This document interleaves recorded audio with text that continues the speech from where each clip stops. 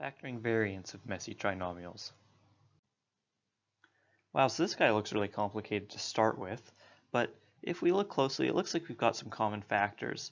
So I'm going to start by seeing that we can pull out from the numbers, each of those can be divided by 2.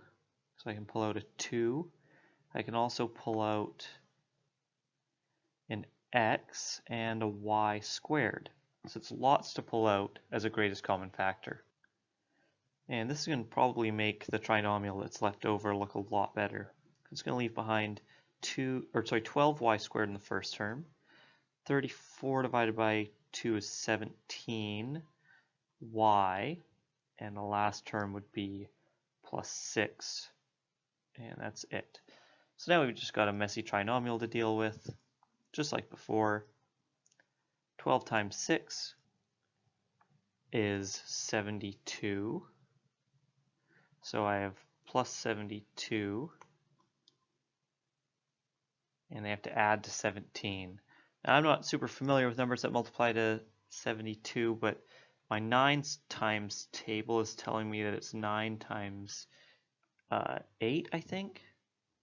Yeah, that's right, and those two would add to 17. So this one should work for us. Plus and plus. So we're breaking apart that 17y into plus 9y and plus 8y.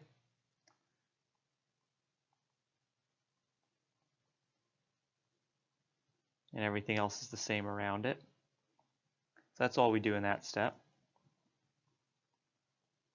And now we factor by grouping. So our first pair here, we've got that pair, and then our second pair. So that first pair, they have in common a 3y. So it would be 4y plus 3 is left. And the second pair, we have a 2. So that would leave us with 4y plus 3 as well. Good. We want that. So then we have 2x y squared times 4y plus 3 times 3y plus 2.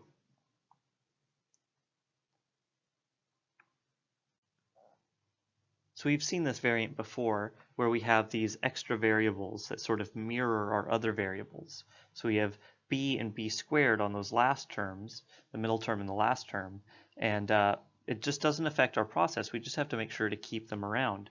And so let's look at how that works out here for a messy trinomial. So we start, there's no common factor, so we do 6 times 5 is 30, and two numbers that multiply to 30 and add to negative 13 are negative 3 and negative 10. So we're just going to have to make sure that we include the AB in that middle term when we break it apart into negative 3 and negative 10. And then we can just factor by grouping, just like we've been doing previously. And this first term has a 3a and leaves behind 2a minus b. And the second pair here, I can pull off a negative 5b is what I'll pull off. That leaves me with a 2a minus b. So that's good. There's my similar binomials on each of those two terms, so that's a common factor that I pull off each term, leaving me with 3a minus 5b. And there's my factored trinomial. So you can see the only thing that b does is it ends up with these variables on the last terms in our factors. So when we look at this example, and we've seen similar ones like this for simple trinomials, the trick is that we have u to the power of 4 here and u to the power of 2, where we should have just squared and then the variable itself. And so what we have to do is make a substitution, where we're going to say x is equal to u squared. And then we're going to place that into our trinomial.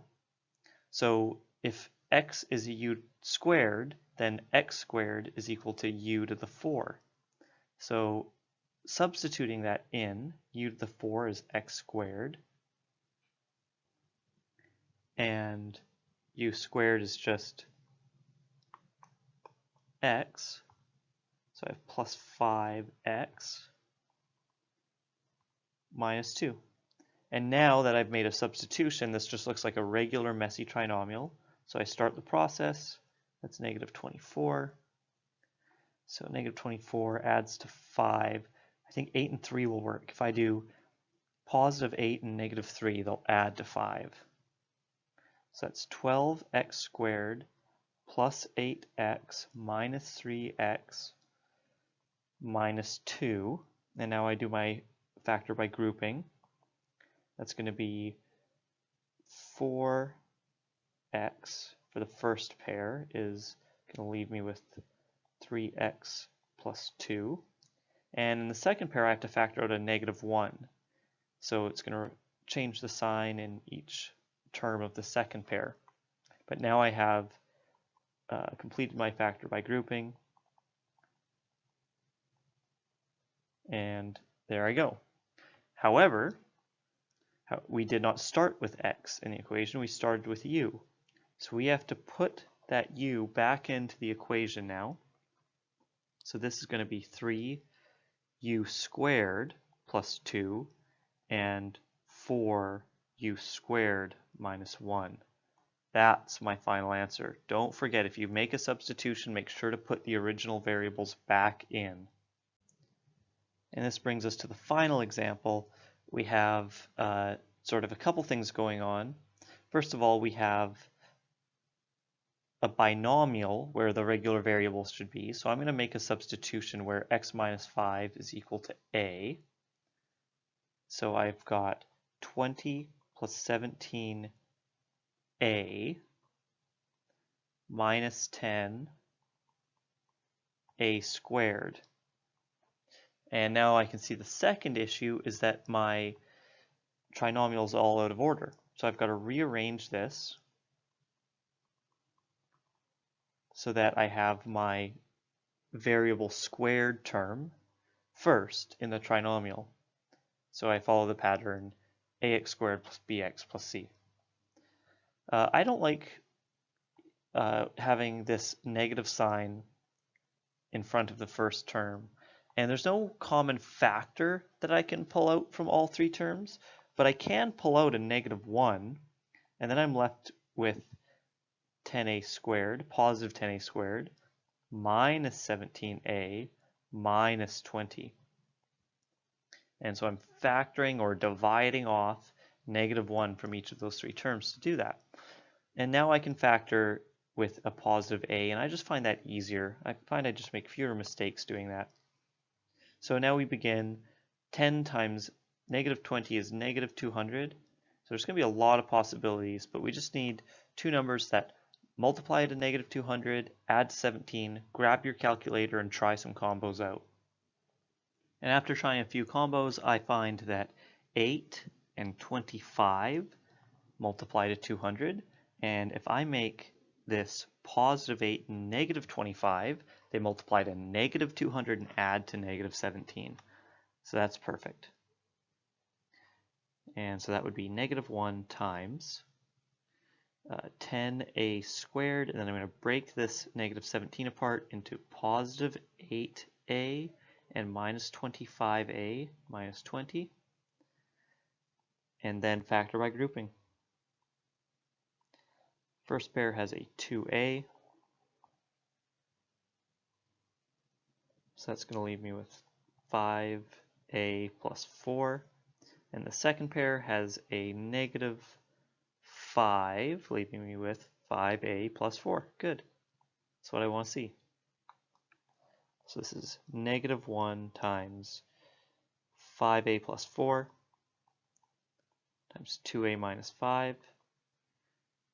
Except again, just like before, we've got to put this substituted value back in there.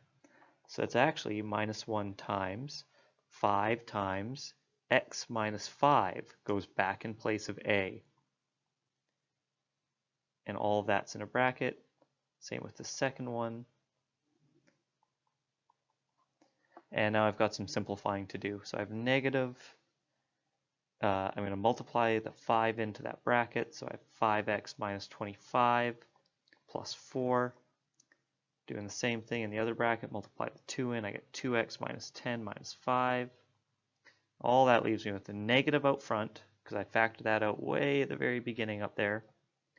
And then I've got 5x minus 21 and 2x minus 15. Never a bad idea to slow down, check the steps you did previously to make sure that all worked out nicely.